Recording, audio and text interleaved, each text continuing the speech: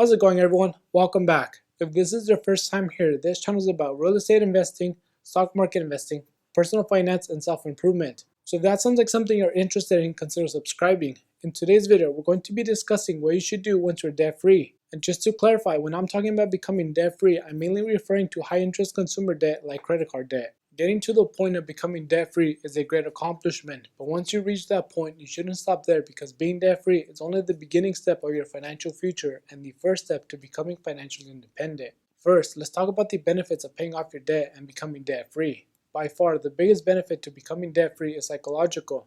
When you're deep in debt, it's always in the back of your mind and it can hold you back in different areas of your life. Maybe your entire family is going on a big vacation and you would like to go, but you can't afford to. Or you want to start a business but you can't because you have all this debt, so you can't risk not having an income while your business gets going. Having debt can stop you from enjoying many things, and it can even hold you back from your full potential. It could be you don't see your family as much as you would like because you're always working long hours, or you have a great business idea but you cannot execute it because you need to keep working to pay your debt. Then debt also causes huge amounts of stress for you and your family. It could be that you have kids, but because both you and your spouse have to keep working in order to make ends meet, you're always fighting about who's going to take the kids to school, who's going to pick them up, and who has to take them to baseball practice. Money problems is one of the top reasons why so many marriages end. So if you and your family were debt-free, then one parent could work a part-time job and work while the kids are in school, or they can even stay home with the kids, and since you're debt-free, one paycheck is enough to survive. So once you become debt-free, it's like a huge weight has been taken off your shoulders, and now you're not stressed out over the bills you have to pay. You're not exhausted from working so many hours, and in general, you will feel a new sense of freedom, so you won't feel held back to take that vacation or scared of starting that business. Also, when you carry debt, especially high interest debt like payday loans or credit card debt, it becomes a grind just to hold all the credit card companies and the banks back, and you worry that at any time the dam can burst and all the debt just wipes you out. So now you know why you should work towards becoming debt-free, but before we jump into discussing what you should do once you're debt-free, we should answer the question whether you should pay off your debt first or invest. This is a common question people have, and the answer to that question is not so black and white. If you have debt that has a low interest rate, then you could choose between paying off that debt and having the peace of mind that you're 100% debt-free, or you could invest before becoming completely debt-free. The logic here is that when you have debt with a low interest rate, you have a pretty good chance of earning higher returns from investing, so you can pocket the difference. For example, if you have a mortgage with a 4% interest rate and you invest at an 8% return, then 4% of that return will cover the interest rate on your mortgage and the other 4% is money in your pocket. However, if you have any high interest debt, then you will be better off paying that debt before you begin investing, and the reason is you will get a higher return from paying down your debt than investing. For example, if you have credit card debt that has an interest rate of 24%, the chances that you get a higher rate of return by investing is unlikely. It could be you invest into a stock at the right time where you get in right before it takes off and you end up making 50% return in 1 year, but you won't be able to do this over the long term. Also, it could be your investment goes down in value, so at that point you would have been better off paying down your high interest debt where you know you will at least earn whatever interest rate that debt is charging.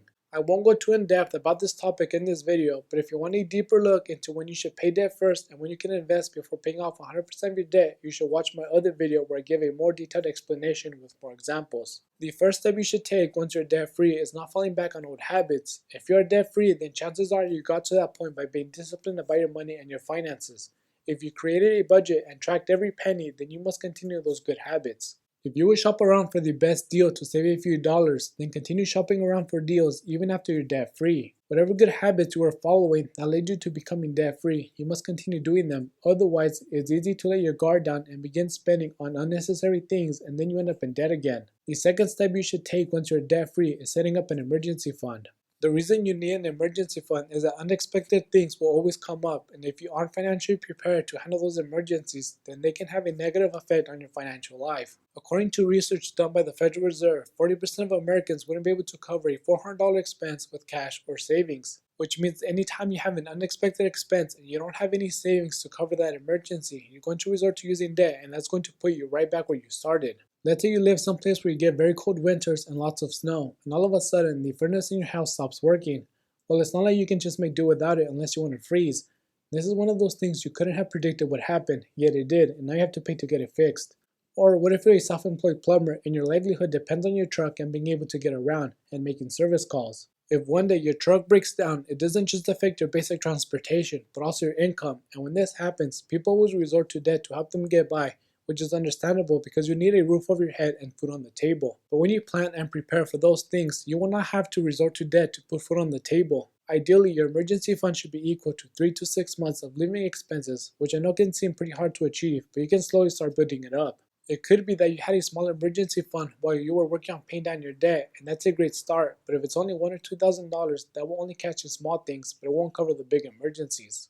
If you lose your job or you have to take some time off work because you got sick, then $1 or $2,000 isn't going to get you very far, and that's why you should aim for at least 3 months of living expenses and maybe even 6 months. If you're someone who has been at their job for many years and you feel there's little chance of that job going anywhere, then you can go with 3 months. Or if you have more than one source of income like some rental property or an online business, then you can go with 3 months. However, if your job is seasonal or your work based off straight commission, then you should aim for 6 months of living expenses because you're more likely to go a long period of time where you don't have any income. The next thing you should do after becoming debt-free is begin investing for retirement. More than 21% of Americans aren't investing for retirement, and even those who aren't putting enough away. It's important that you know the difference between investing and saving for retirement. Even though people use these two words interchangeably, investing and saving for retirement are two very different things. If you were to save $500 every month from the age of 20 until you reach 60, you would only have $240,000.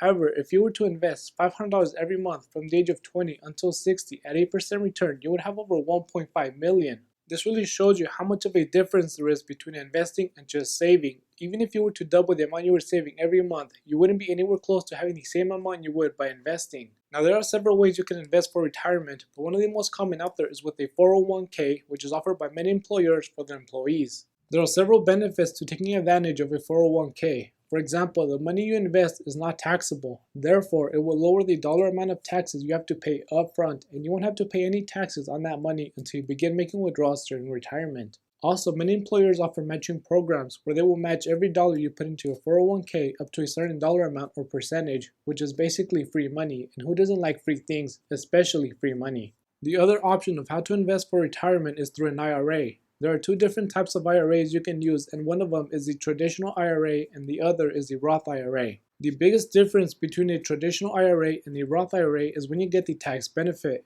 With a traditional IRA, your contributions are tax deductible versus a Roth IRA where your contributions are not tax deductible. In other words, with a traditional IRA, you get your tax break up front and you don't pay any taxes on the money that goes into the IRA until you withdraw it in retirement.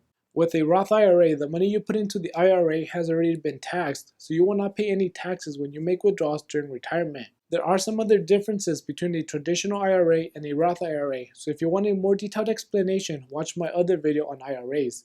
The next thing you should do once you are debt-free is invest into assets outside of your retirement account. Investing into a retirement account, whether it's a 401k, IRA, or 403b, is a great thing to do, but just about all retirement accounts have limits to how much money you can invest into them every year. And just because they have limits doesn't mean that's all the money you should invest. The first reason you should invest outside of your retirement account is the money you have in that account might not be enough to fund your retirement. Let's say you begin investing for retirement at age 35 and you invest $1,000 every month. And to keep this example simple, we will just say it's $1,000 total, whether that includes employer match or not. So $1,000 invested at an average rate of return of 8% means if you retire at 65, you will have about $1.5 million, which might be enough to last your entire retirement if you live somewhere with a low cost of living and you keep your other expenses low. But if you live somewhere like California or New York where the cost of living isn't low and you plan on traveling a lot, then $1.5 million might not be enough, especially when you consider inflation. Also, when you put money into a retirement account, you cannot access it whenever you want. You have to wait until you reach retirement age. Yes, you could make early withdrawals, but then you hit with an early withdrawal penalty of 10%, and it doesn't make sense to do that. However, when you invest in assets outside of your retirement account, you can use that money whenever you want for whatever you want. If you want to take a month-long vacation or work less hours in general, then you can do that when you have cash flow from real estate or stock dividends. If you have kids and you want to pay for their college education, then you can use the capital gains from your investments for their tuition. In general, having investments outside of your retirement account allows you to have more options and more freedom for when and how you use the money those investments generate. The next thing you should do once you're debt-free is enjoy your newfound freedom. Becoming debt-free is a major step in the right direction, especially when you've been battling with debt for a long time. And even though emergency funds and investing are very important, it's also important you begin to enjoy life and enjoy the things you couldn't afford when you were in debt. If you've always wanted to travel to Europe, well now you can because you don't have all that debt looming over you. If you want to take a week off from work and take your kids on a week-long road trip across several states, then now is a great time for that. The reason you don't only want to make money, save it, and invest it is you'll become unhappy and frustrated when you can't enjoy all the benefits from all your hard work.